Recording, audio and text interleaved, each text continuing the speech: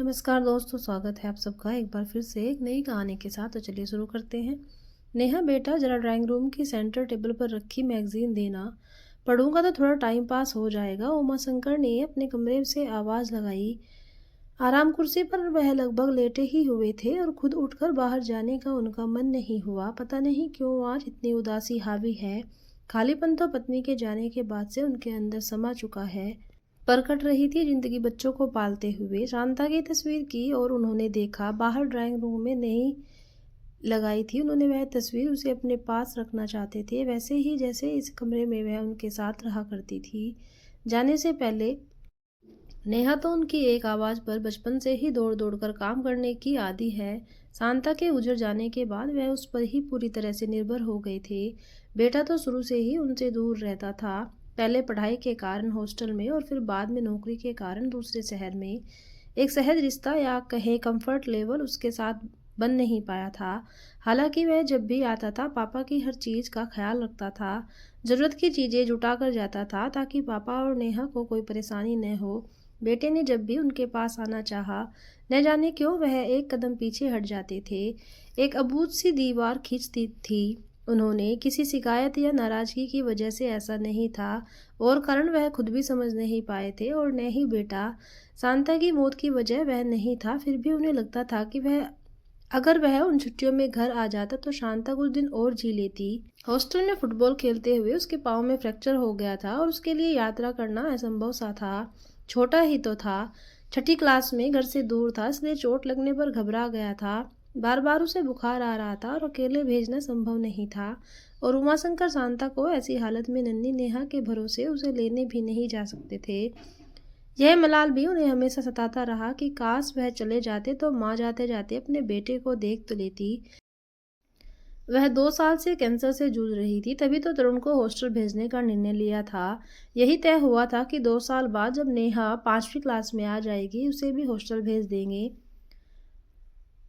आखिरी दिनों में नेहा को सीने से चिपकाए शांता तरुण को ही याद करती रहती थी। तरुण ने भी बड़े होने के बाद नेहा से कहा था, पापा मुझे लेने आ जाते या किसी को भेज देते तो मैं माँ से मिल तो लेता। नेहा जो समय से पहले ही बड़ी हो गई थी, इस प्रकरण से हमेशा बचने की ही कोशिश करती थी। बेकार में दुख को और क्यों बढ़ाया जाए। किसकी गलती थी, किसने क्या नहीं किया, इसी पर अगर अटके रहोगे तो आगे कैसे बढ़ोगे। माँ को तो जाना ही था।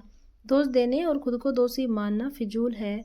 तभी से वह उन दोनों के बीच की कड़ी बन गई थी, चाहे अनचाहे। पापा को लेकर हालांकि तरुण ने कभी भी विरोधात्मक रवैया नहीं रखा था और न ही नेहा को लेकर कोई द्वेष था मन में। भाई बहन में खूब प्यार था और एक सहज रिश्ता भी। रूठना मनाना, लड़ाई झगड़ा और अपनी बातें शेयर करना, जैसा कि यह आम भाई बहन के बीच होता है। लेकिन पापा और भाई की यही कोशिश रहती कि उसके द्वारा एक दूसरे तक बात पहुंच जाए। यह कहना गलत न होगा कि नेहा पापा और भाई के बीच एक सेतु का काम करती थी। उसके माध्यम से अपनी अपनी बात एक दूसरे तक पहुंचाना उन दोनों को ही आसान लगता था। कभी कभी नेहा को लगता था कि उसकी वजह से ही पिता पुत्र दो किनारों की भांति हो गए हैं। वह ऐसी नदी बन गई जिसकी लहरें दोनों किनारों पर जाकर बहाव को यहाँ वहाँ धकेलती रहती है, लेकिन दोनों किनारों के बहाव को चाहकर भी आपस में एक कर पाने में असमर्थ रही है। बचपन की बात अलग है, तब उसे उन दोनों के बीच माध्यम बनने में बहुत आनंद आता था। लगता था कि वह बहुत समझदार है। माँ भी बहुत हंसा करती थी कि देखो चुटकी को बड़ा बनने में कितना आनंद आता है। अरे अभी से क्यों इन पचड़ों में पड़ती है, बड़े होने पर तो जिम्मेदारियों के भारी भारी बोझ उठाने ही पड़ते हैं, वह अक्सर कहती। लेकिन उसे तो पापा और भाई दोनों पर रोब झाड़ने में बहुत मजा आता था। अब जिंदगी और रिश्तों के मर्म को समझने के बाद उसे एहसास हो चुका था कि उसका माध्यम बने रहना कितना गलत है। दूरियां तभी खत्म होंगी जब वह बीच में नहीं होगी। पर उसके बिना जीने की कल्पना दोनों ही नहीं करना चाहते थे। नदी बस निर्विघ्न बहती रही तो रिश्ता रितेगा नहीं, सूखेगा नहीं। आवाज़ लगाने के बाद उमाशंकर को अपनी भूल का एहसास हुआ।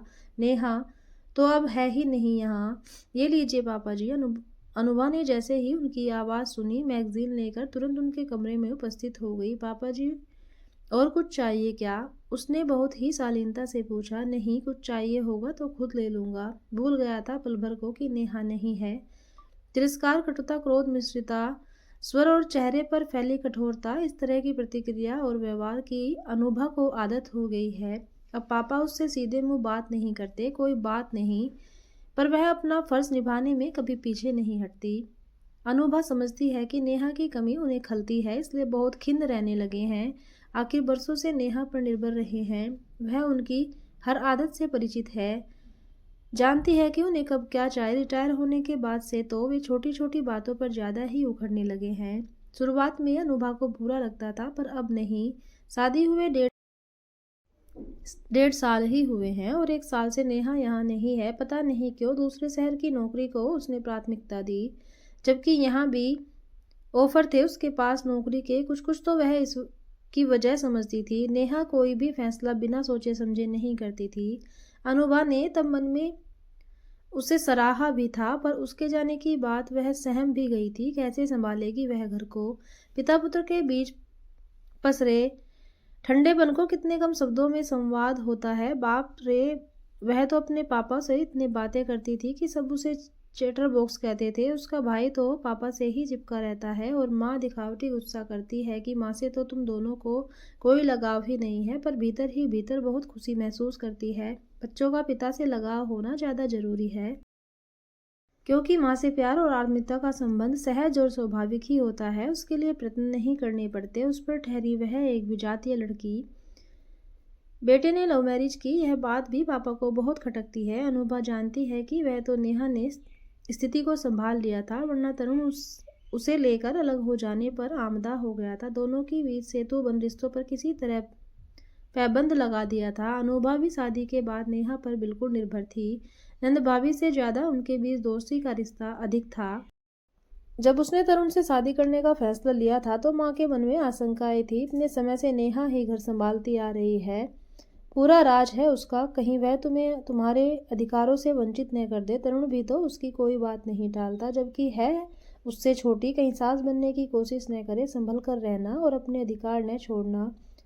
कुंवारी ननंद वैसे भी जी का जंजाल होती है। अनुभा को न जाने अपने अधिकार पाने के लिए लड़ना पड़ा, और न ही उसे लगा कि नेहा निरंकुश शासन करना चाहती है।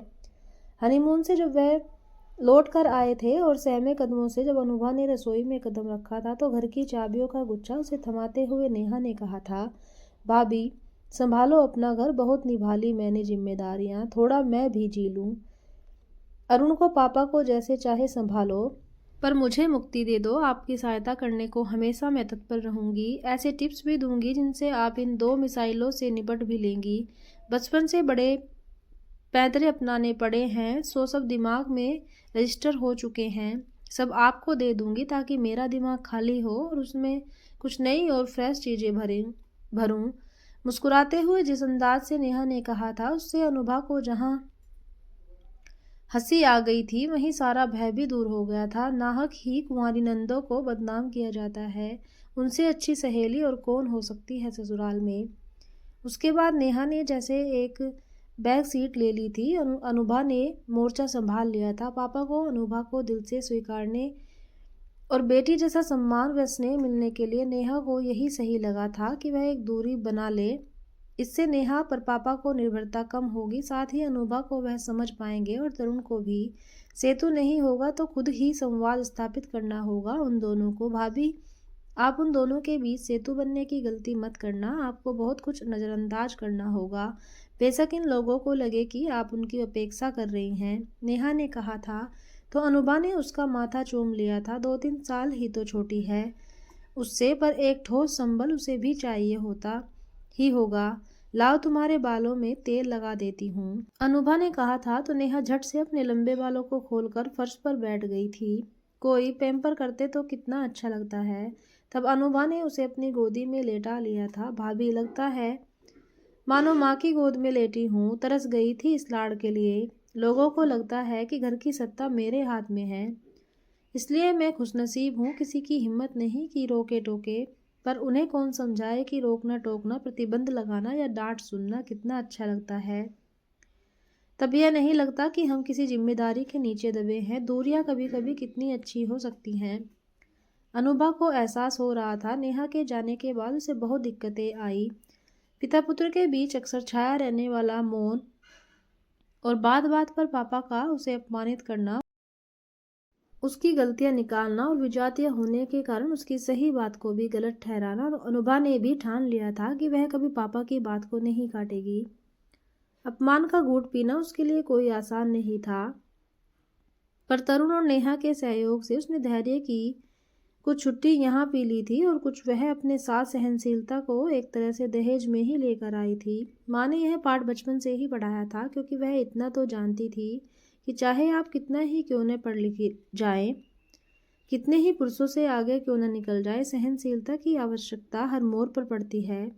गृहस्थी चलाने के लिए शायद इसे वह परंपरा ही मानती थी।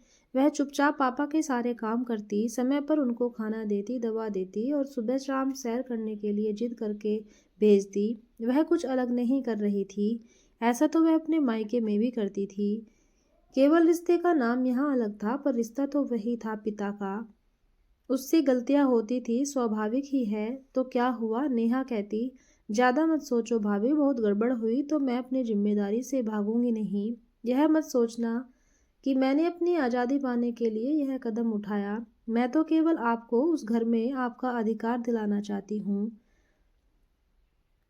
पापा को थोड़ा सक्रिय भी होना पड़ेगा, वरना जंग लग जाएगी उनके शरीर में और फिर मन में असहाय और अकेले होने की भावना से खुद को ही आहत करते रहेंगे और दूसरों पर निर्भर हो जाएंगे। हर काम के लिए उन्हें मन की उदासी से निकलकर पहले खुद के लिए और फिर दूसरों के लिए जीना सीखना होगा। अपने को दोषी मानकर और आत्म प्रताड़ना को स्वयं पर दया करते रहना उनका स्वभाव सा बन गया है। हम केवल मदद कर सकते हैं, पर निकलना उन्हें खुद ही होगा, फिर चाहे उन्हें कुछ झटके ही क्यों न देने पड़े। आसान नहीं है। पर भाभी, अब तो मुझे भी वह फ़ोन पर बहुत कुछ सुना देते हैं, मज़ा आता है। अब थोड़ी कम थकान महसूस करती हूँ, पर आपको थकाने के लिए सॉरी। चलो भैया से थकान उतरवा लेना। हंसी थी वह जोर से, तो अनुभा के चेहरे पर लाली छा गई थी। जब रोज का एक ही स्थिति से गुजरना पड़े तो वह आदत बन जाती है और फिर खलती नहीं। उमाशंकर के साथ भी कुछ ऐसा ही हो रहा था।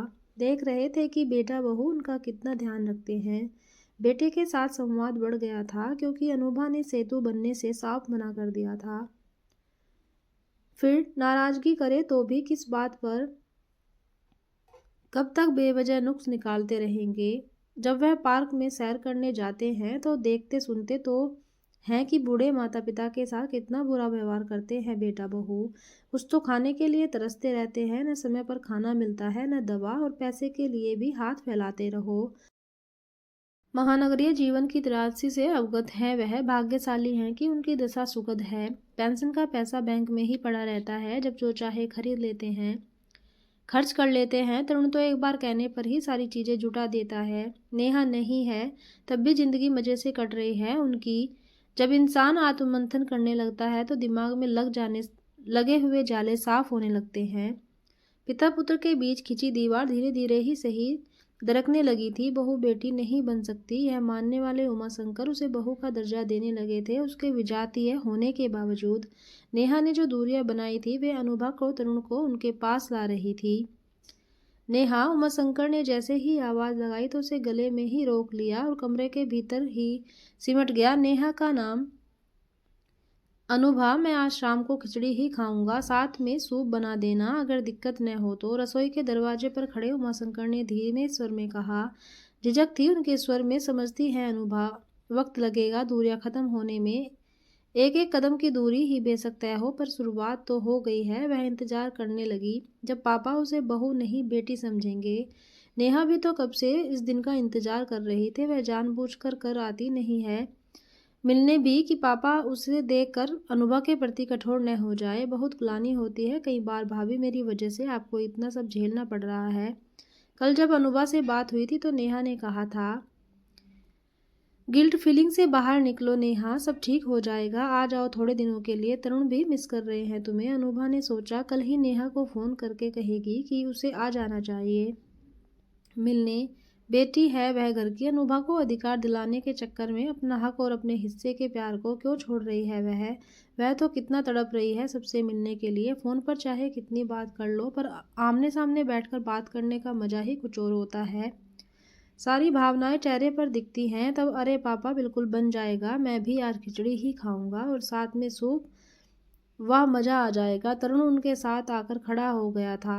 दोनों साथ साथ खड़े थे। अपनेपन के एक सौंधी खुशबू खिचड़ी के लिए बनाए तड़के के साथ उठी और अनुभा को लगा जैसे आज देहरी पर पार कर उसने सचमुच अपने घर में प्रवेश किया हो। तो दोस्तों, ये थी एक छोटी सी कहानी। उम्मीद करती हूँ आपको पसंद आई होगी। अगर पसंद आए तो एक लाइक और कमेंट ज़रूर करना। धन्यवाद।